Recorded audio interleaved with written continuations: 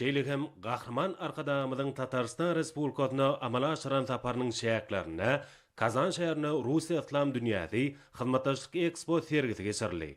Onu Türkmenistan'ın milli pavilyonu morködüldi.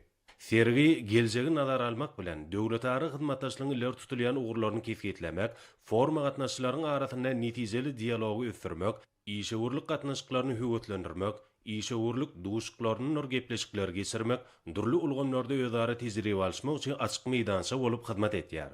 Döwra bazar gatnaşyklary ýetadyny ösdürilýän ýokary netijeli köp ugurly ykdysadyýety kemale getirmek, tenagatlaşdyrmak, sanly ulgamy ornaşdyrmak, daşary ýurtlardan getirilýän harytlaryň orny tutýan önümleri öndürmek bilen bagly wezipeler çözmek, eksport mümkinçiliklerini arttırmak, Türkmen halkynyň milli lider Qahraman arkadağymyz tarapyndan başı başlanyp, berqarar döwletiň täze ýamynyň galkynşy döwründe, hormatly prezidentimiziň başçylygyna üstünlikli durmuşa geçirilýän öňden görjülükli siýasatyň esasy maksadydyr.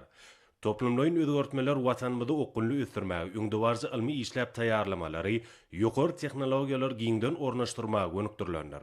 Ýurdumyzyň milli pavilyony ykdysadyýetimiziň puwdoklaryna, şeýle hem hususy puwdokda gazanýan üstünlikler bilen tanışmaga mümkinçilik berýär. Hususan bu ýerde ýurdumyzyň neft, gaz, kimia, azyk, dokma senagatynyň önümleri, guruluş terişdeler görkezilýär.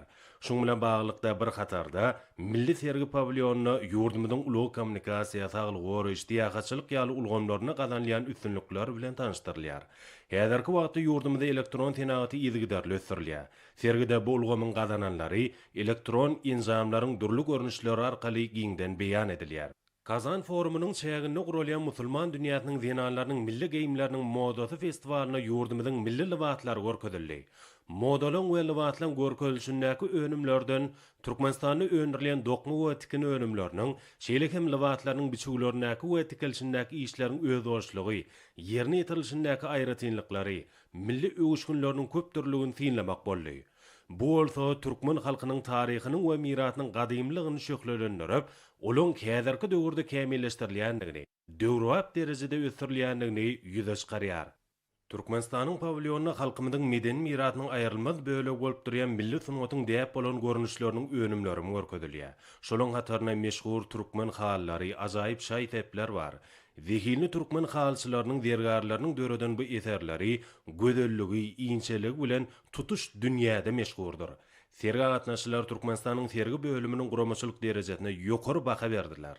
Bu ýeri gözden geçiriliş ýurdumyzyň gazanýan uly üstünliklerini görkezýär. Hemde gazaklanma bildirýän daşary ýurtly hyzmatdaşlaryň ählesi bilen netijeli gatnaşyklary ýoly goýmak üçin giň mümkinçilikler açýar.